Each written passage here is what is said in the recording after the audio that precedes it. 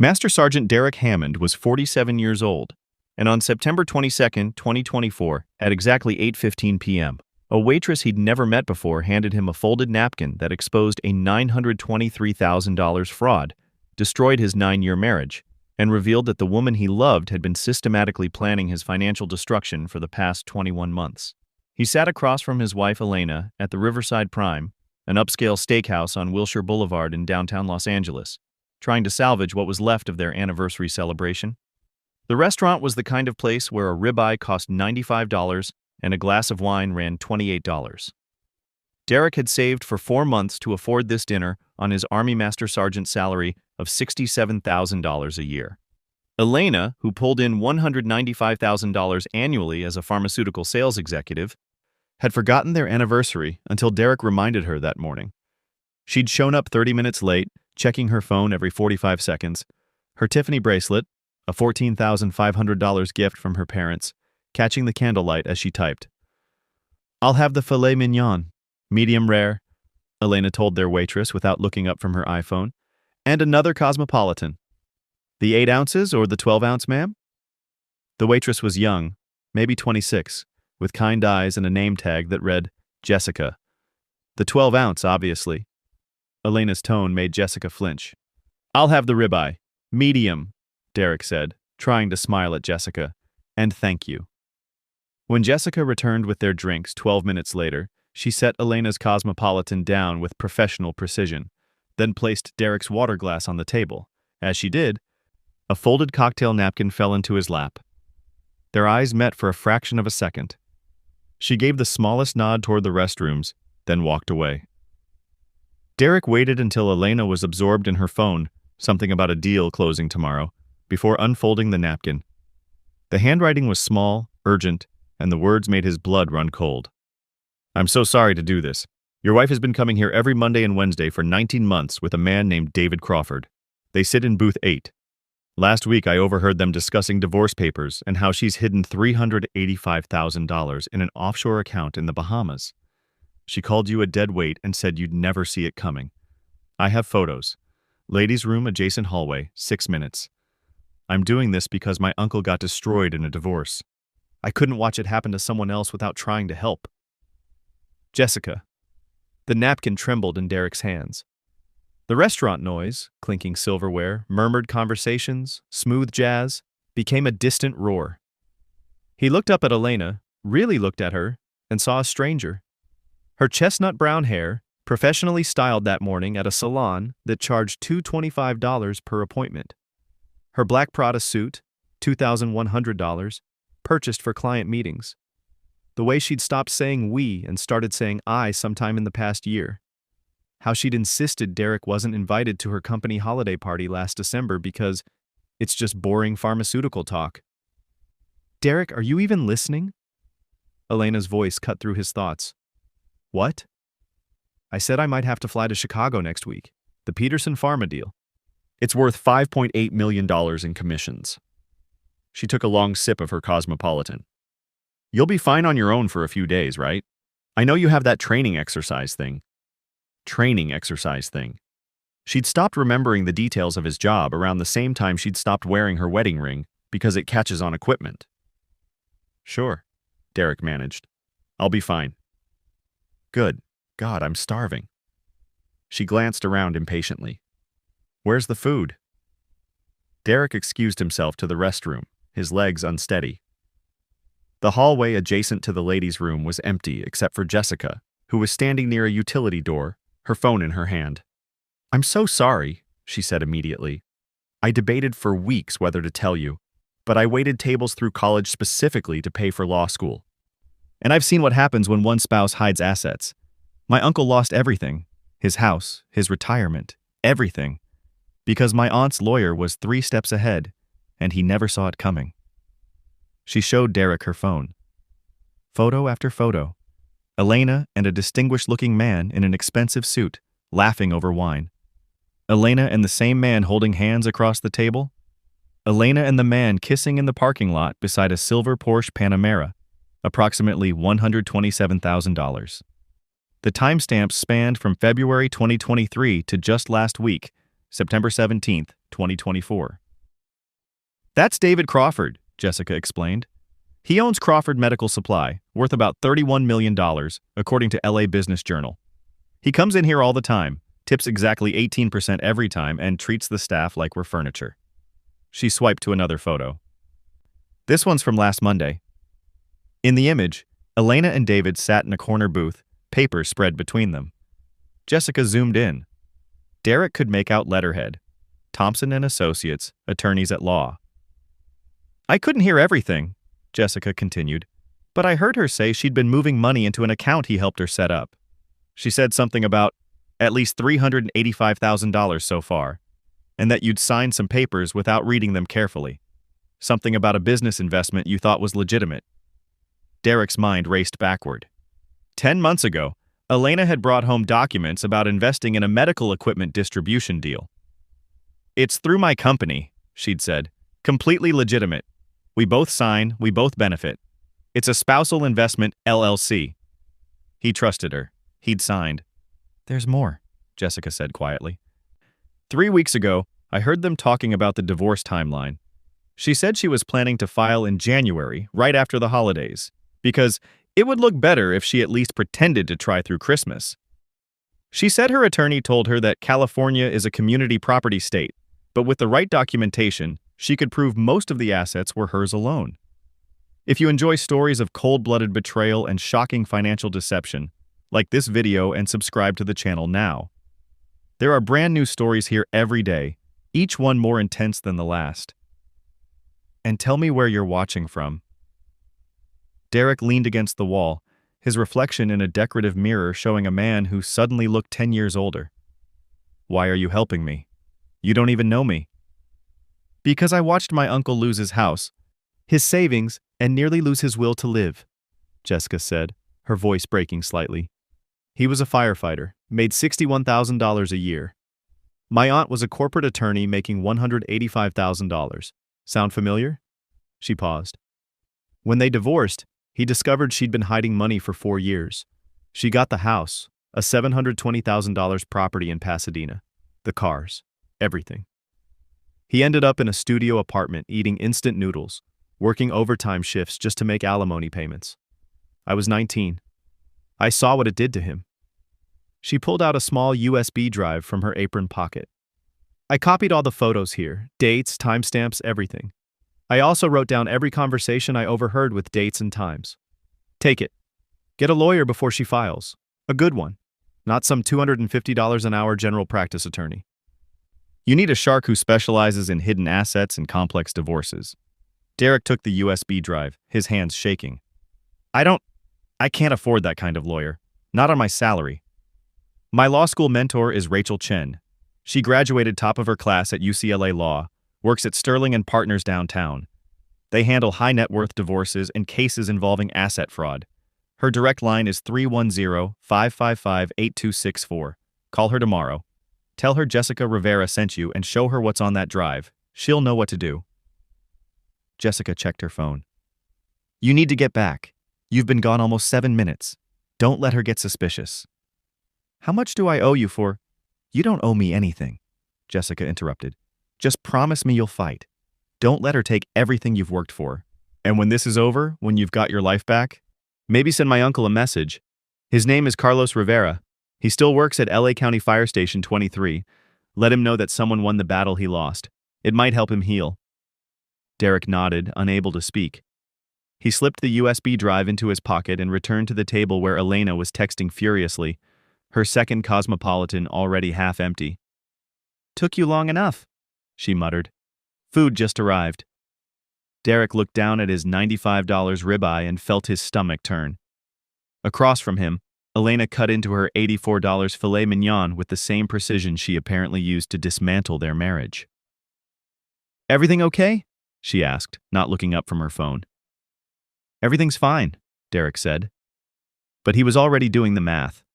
9 years of marriage. Joint accounts with approximately $143,000.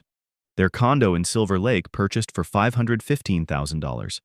Now worth about $685,000 with $312,000 remaining on the mortgage. His retirement account, $97,000. Her retirement account, $390,000. Or so the statements claimed. If she'd hidden $385,000, what else had she hidden? What other accounts existed that he didn't know about? How much of their money had she systematically transferred into accounts where his name appeared as a co-investor, but she controlled everything? "You're being weird," Elena said, finally looking at him. "What's wrong?" Derek picked up his fork. "Just thinking about the Chicago trip. When are you leaving?" "Tuesday, back Friday," she smiled. The same smile he'd fallen in love with 11 years ago at a friend's barbecue. "Why, going to miss me?" "Something like that." What Elena didn't know was that Derek had spent 24 years in the Army, including deployments to Iraq and Afghanistan. He'd been trained to assess threats, gather intelligence, and execute complex operations under pressure. He'd already started calculating timelines. Monday and Wednesday dinners for 19 months meant approximately 164 meetings. If each dinner cost $225 minimum, that was $36,900 minimum. Where had that money come from? Not from their joint account. He would have noticed withdrawals that large. She had to have another account. Probably several. "I'm exhausted," Elena announced, pushing her half-eaten steak away. "Can we just get the check and go?" The bill came to $294.73. Derek paid with their joint credit card, the one tied to their shared Bank of America account. He left Jessica a $75 cash tip, every dollar he had in his wallet, and wrote on the receipt, "Thank you for everything." Jessica met his eyes as they left. She gave him a small, encouraging nod. In the car, Elena immediately took a phone call. "David, hi. Yeah, dinner was fine." Derek was in one of his moods. She laughed at something David said. I know. Just a few more weeks, and then it won't matter." Derek gripped the steering wheel tighter and said nothing. He drove their $35,000 Toyota Camry, the practical car they'd bought together 4 years ago, while Elena chatted with the man she was leaving him for, the man worth $31 million who drove a $127,000 Porsche. They had no idea what was coming. When they got home to their condo on Sunset Junction, Elena went straight to her home office and closed the door. Through it, Derek could hear her voice, low and intimate, talking to David, planning their future, a future that didn't include him. Derek went to his own small office, the room with his military memorabilia and deployment photos. He plugged in the USB drive. 287 photographs. Spreadsheet documents titled asset_distribution_timeline.xlsx and marital_property_division.doc. Email screenshots between Elena and her attorney, Marcus Thompson, discussing strategies to minimize his share and maximize separate property claims. One email dated August 15th, 2024 made his hands shake. "Marcus, per our discussion, I've successfully transferred an additional $82,000 to the Bahamas account. Total now $385,000. Derek signed the LLC documents without reading them. As expected, the medical equipment investment story worked perfectly. By the time he realizes the investment doesn't exist, we'll have filed and frozen everything. His military salary is embarrassing, and the court will see I'm the primary earner. We should be able to argue that most marital assets came from my income and career. Also confirm that David is willing to testify about the equipment distribution partnership if needed, which gives us cover for the money trail. Derek is too trusting and frankly too naive to figure any of this out before it's too late. See you Thursday at 3 p.m. to finalize the January filing timeline." Too trusting, too naive. Derek stared at those words for a long time. He wasn't naive. He'd commanded soldiers in combat zones. He'd made life and death decisions under fire. But he'd been blinded by love, by trust, by the belief that his wife was his partner. That ended tonight. He picked up his phone and dialed the number Jessica had given him. It rang 3 times before someone answered. "This is Rachel Chen." "Miss Chen, my name is Derek Hammond. Jessica Rivera told me to call you. I need a lawyer who specializes in hidden assets and divorce fraud, and I need one tonight." There was a pause. "Jessica Rivera, Carlos Rivera's niece." "Yes. Where are you right now?"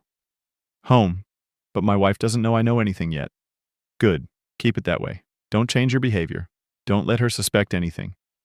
Can you meet me at my office tomorrow morning, 6:30 a.m., before you go to base?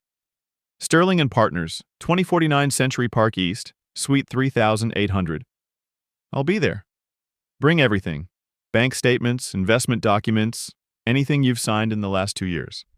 And bring whatever Jessica gave you. I will. Master Sergeant Hammond, one more thing. Don't underestimate what you're up against. If your wife has been planning this for 21 months, she's got a strategy. But here's what she doesn't know. I love destroying strategies. I'll see you tomorrow at 6:30 a.m. sharp. Derek hung up and sat in the darkness of his office. Down the hall, he could still hear Elena laughing with David, planning Derek's destruction, celebrating her brilliant scheme.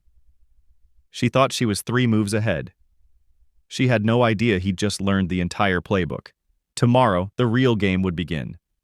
And Derek Hammond, Army Master Sergeant with a $67,000 salary, was about to teach his $195,000, earning wife a lesson in consequences. Derek arrived at Sterling and Partners at 6:14 a.m., 16 minutes early, carrying a tactical backpack filled with 9 years of financial documents. The office occupied the entire 38th floor of a gleaming Century City tower with views of the Pacific Ocean. The reception area alone probably cost more than his annual salary to furnish. Rachel Chen met him personally at the elevator. She was maybe 42, wearing a charcoal gray suit that screamed competence and a steel Rolex Submariner, approximately $8,200. Her handshake was firm, her eyes sharp and assessing. "Coffee?" she offered, leading him to a conference room with floor-to-ceiling windows. "Please." She poured 2 cups from an expensive-looking machine. "Jessica called me last night after you did, told me what she witnessed. Her Uncle Carlos is one of my favorite people on this planet. What happened to him shouldn't happen to anyone." She sat across from Derek. "So let's make sure it doesn't happen to you. Show me everything." Derek spent the next 95 minutes walking through 9 years of marriage. Rachel took notes on a yellow legal pad, occasionally stopping him to ask questions that revealed just how thoroughly Elena had been preparing. "This LLC document," Rachel said, holding up the papers Elena had brought home 10 months ago. "Summit Medical Ventures, LLC. You signed as a member. But look at this clause here. Paragraph 14.7. In the event of dissolution of marriage, all member interests vest solely with the member whose name appears first on the articles of organization." Whose name appears first? Derek felt sick. Elena's. Exactly. You signed away your interest in a company that supposedly doesn't exist, according to these emails, but legally does exist for the purpose of holding money that came from marital funds but is now structured as her separate property. Rachel made a note. "This is sophisticated. She didn't draft this herself. Her attorney helped her build this trap and you walked right into it. How much trouble am I in? On a scale of 1 to 10, 8. But here's the good news. She made mistakes. She got arrogant." Rachel pulled out her laptop. First, California is a community property state. That means assets acquired during marriage are split 50/50ths unless there's proof of fraud. Second, fraudulent concealment of assets is illegal. If we can prove she intentionally hid money with the intent to defraud you in a divorce, the court will not look kindly on that. Can we prove it? Rachel smiled. And Derek saw why she'd graduated top of her class. Master Sergeant Hammond, she literally wrote in an email that you were too naive to figure it out. That's not going to play well in front of Judge Patterson, who happens to preside over most high-asset divorce cases in LA Superior Court, and who has very strong feelings about asset fraud. She opened a file. Here's what we're going to do. Today is Sunday. You said Elena is flying to Chicago on Tuesday. That's what she said. Perfect. While she's gone, we're going to do something called forensic accounting. I have an investigator, Thomas Wu, who specializes in finding hidden money. He's expensive, $380 per hour, but he's worth every penny. We're also going to file for an emergency motion to freeze all marital assets, but we're going to time it perfectly. I can't afford $380 an hour, Derek said quietly. I can barely afford you. Our firm handles some cases on contingency for asset fraud. If we win and recover hidden assets, we take 30% of what we find beyond the standard marital split. You don't pay unless we find money. And trust me, Master Sergeant Hammond, we're going to find money. She leaned forward. Your wife thinks you're a pushover. She thinks you'll roll over and accept whatever she offers. That's her mistake. We're going to use her arrogance against her.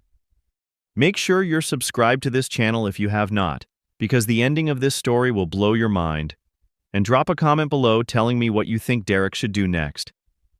Over the next 4 days, Derek lived a double life. On base at Fort Irwin, he trained soldiers, conducted briefings, and met with his commanding officer about upcoming deployments. At home, he was the same husband Elena expected. Quiet, unassuming, easy to ignore. She didn't notice that he'd started documenting everything. What time she came home, who she called, every mention of David or business trips. Elena left for Chicago on Tuesday morning. Derek drove her to LAX at 5:45 a.m., kissing her cheek. She barely looked at him, already texting.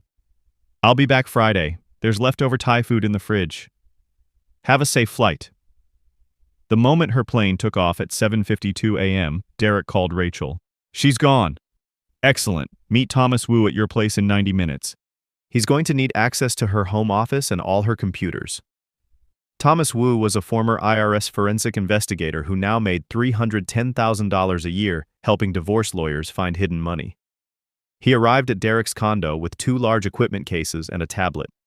Standard procedure, Thomas explained, setting up in Elena's office. I'm going to image her computer hard drive, clone her phone if she left an old one anywhere, and go through every document in this office. We're looking for account statements, passwords, correspondence with her attorney, anything that shows where money went. Is this legal? Derek asked. It's your marital residence, your marital property, and she's your wife. In California, you have a legal right to access marital financial information. We're not hacking anything. We're just looking at what's already here. It took Thomas 7 hours. When he finished, he had filled 4 USB drives with data and had a preliminary report that made Derek's blood boil. Your wife is extremely organized, Thomas said. Almost too organized. She kept spreadsheets detailing every transfer. Look at this. He showed Derek a spreadsheet titled asset_protection_timeline.xlsx. It detailed transfers going back 26 months. February 2023, $17,000 to Summit Medical Ventures. LLC March 2023, $24,000 to Summit Medical Ventures, LLC. April 2023, $21,000 to Summit Medical Ventures, LLC May 2023, $28,000 to Bahamas International Bank. Account hash 952847. The list continued month after month until it reached $385,000, exactly as the email had stated. But here's where it gets interesting, Thomas continued. These transfers all came from your joint investment account at Fidelity. She was slowly draining it, assuming you never checked the balance because she handled the investments. Derek felt like an idiot. She'd always said she was better with money, that she'd manage their investments. He'd trusted her. There's more, Thomas said. I found correspondence between her and David Crawford. They're not just having an affair, they're business partners. Crawford Medical Supply is buying a distribution facility in Ontario for $11.2 million. Your wife invested $385,000 as a limited partner, except she used marital funds to buy into a business deal that's solely in her name. Can we get that money back? Not just back, we can get her crucified in court. Using marital funds for separate business ventures without spousal consent is a major violation. Judge Patterson awarded triple damages in a similar case last year. Martinez v. Martinez. The husband hid $265,000 in a business deal. The wife got $795,000 plus attorney fees. Derek did the math. Triple damages on $385,000 was $1,155,000. She doesn't have that kind of money, he said. No, but David Crawford does. And if we can prove he knowingly participated in helping her hide marital assets, he becomes liable too. Corporate veil piercing, his company, his personal assets, all fair game. That evening, Derek called Rachel with an update. She listened to Thomas's findings and went silent for a moment. Master Sergeant Hammond, I think we need to accelerate our timeline. I'm going to file an emergency motion Thursday morning while she's still in Chicago. We're going to freeze everything. Bank accounts, investment accounts, the Bahamas account if we can reach it. And we're going to put a lien on the Ontario property investment. She's going to land Friday afternoon and discover her entire financial life is frozen. Won't that make her angry? Furious. But anger makes people careless, and we need her careless because we still don't know if there are other accounts. Thomas found $385,000. I'd bet money there's more. Rachel was right. On Thursday morning, while Elena was touring medical facilities in Chicago with David, Derek knew because she'd posted photos on Instagram. Rachel filed a 53-page emergency motion in LA Superior Court. The motion included evidence of the $385,000 in hidden transfers, copies of emails discussing asset concealment, the fraudulent LLC documents, expert testimony from Thomas Wu Jessica's photographs and written timeline, a request to freeze all assets pending full forensic audit, a request for sanctions against Elena's attorney for participating in fraud. Judge Patterson granted the motion at 3:15 p.m. By 3:45 p.m., every account Elena controlled was frozen. The Joint Bank of America account, frozen. The Fidelity Investment account, frozen. Her individual Wells Fargo account, frozen. The Bahamas account would take longer, but Rachel had already contacted international asset recovery specialists. The Ontario property deal closes Monday, Rachel told Derek Thursday evening. Except it's not going to close because we put a lien on it this afternoon. Crawford Medical Supply can't complete the purchase without clear title to all investor funds.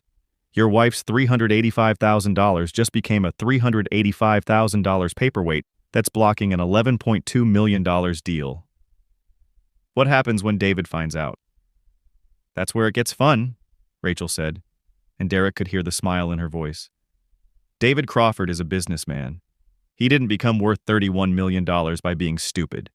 When he discovers that his mistress's marital drama is tanking his largest deal of the year, he's going to make a choice. And I guarantee that choice won't be standing by your wife. Elena's plane landed at LAX at 5:23 p.m. on Friday. Derek knew because he tracked it online. She'd texted him, landed, getting an Uber, be home in 90 minutes. Derek sat in their living room waiting. Rachel had advised him to stay calm, document everything, and avoid confrontation.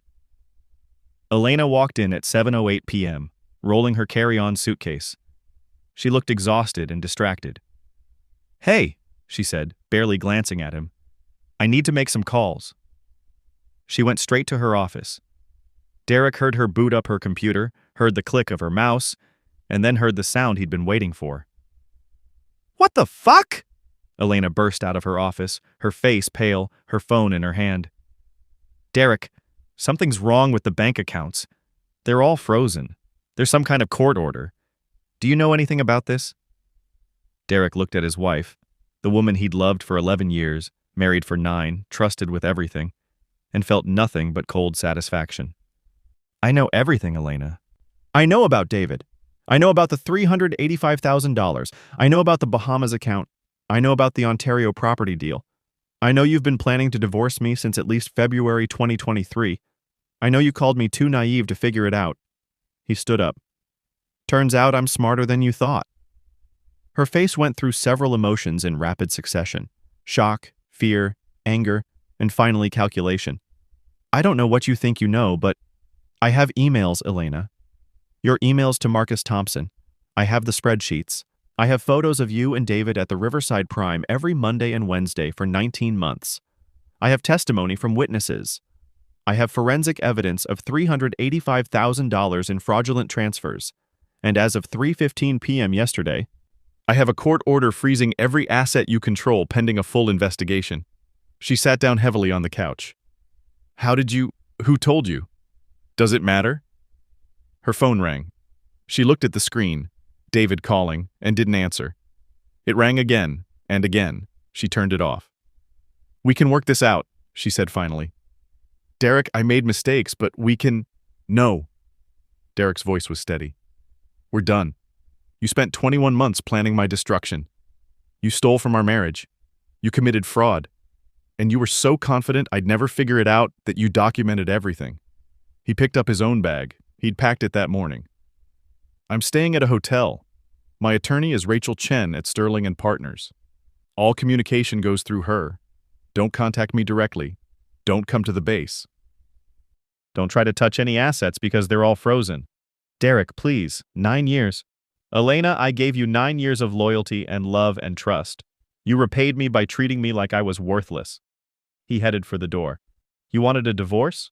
Congratulations. You're getting one, just not the one you planned. He left her sitting in their living room, her phone buzzing with ignored calls from David, her carefully constructed plan in ruins. As Derek drove away from the condo on Sunset Junction for what would be the last time as a married man, he felt something unexpected. Not sadness, but relief. The weight of living a lie, even though he hadn't known it was a lie, lifted. His phone rang. Rachel Chen. How did it go? She knows.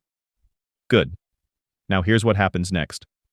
Monday morning, 9:30 a.m., we're sitting down with her attorney, Marcus Thompson. We're going to give them a choice, settle this quickly and fairly, or go to trial and face sanctions for fraud. Either way, you're going to walk away with more than half the marital assets plus damages.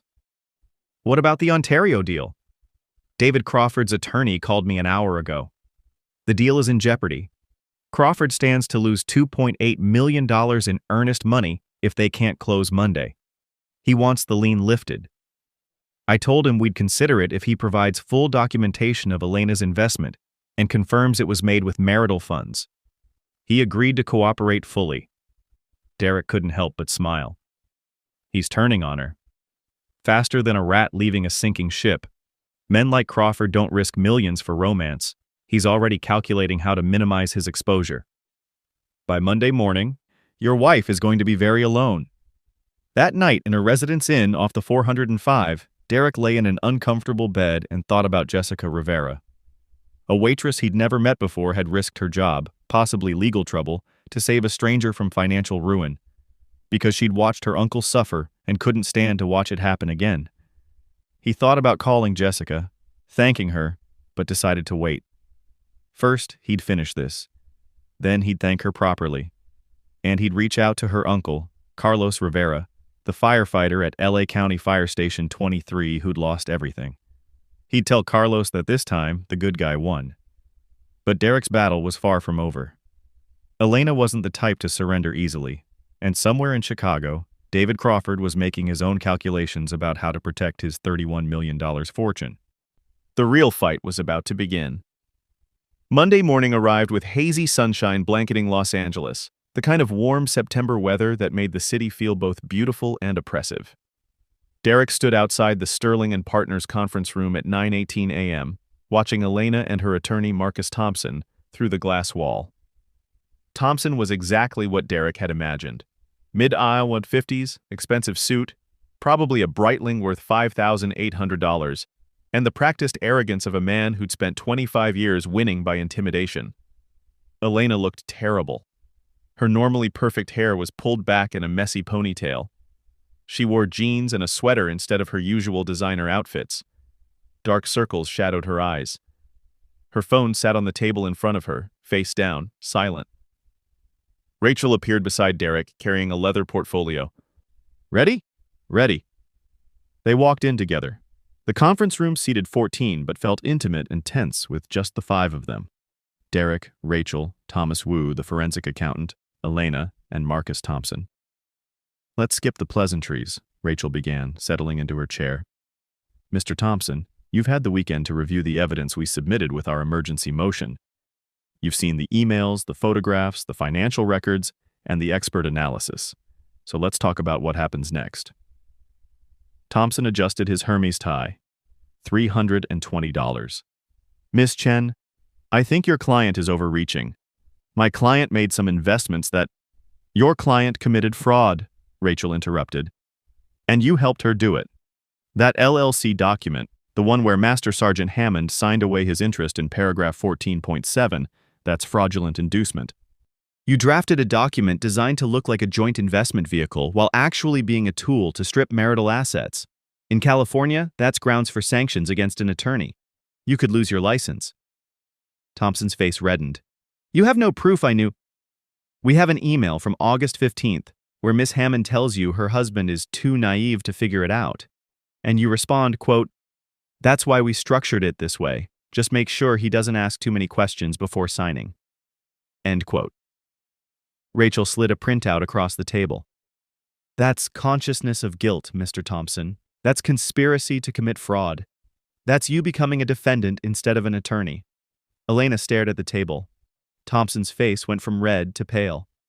"Here's our offer," Rachel continued. "Miss Hammond will return all hidden assets, the $385,000 plus whatever else Mr. Wu finds in his complete audit. She will pay Master Sergeant Hammond's attorney fees, which currently stand at $43,200. She will surrender her interest in the Sunset Junction condo, $373,000 in equity. In exchange, we won't pursue criminal fraud charges. We won't pursue sanctions against you, Mr. Thompson, and will allow the Ontario property deal to proceed." "That's insane," Thompson sputtered. "You're asking for everything." "No, we're asking for what she tried to steal plus consequences. Everything would be pursuing triple damages under Martinez v. Martinez precedent, which would mean $1,155,000 plus the condo plus attorney fees plus sanctions. We're being generous." If you're enjoying this story, hit that like button and let me know in the comments what you would have done in Derek's situation.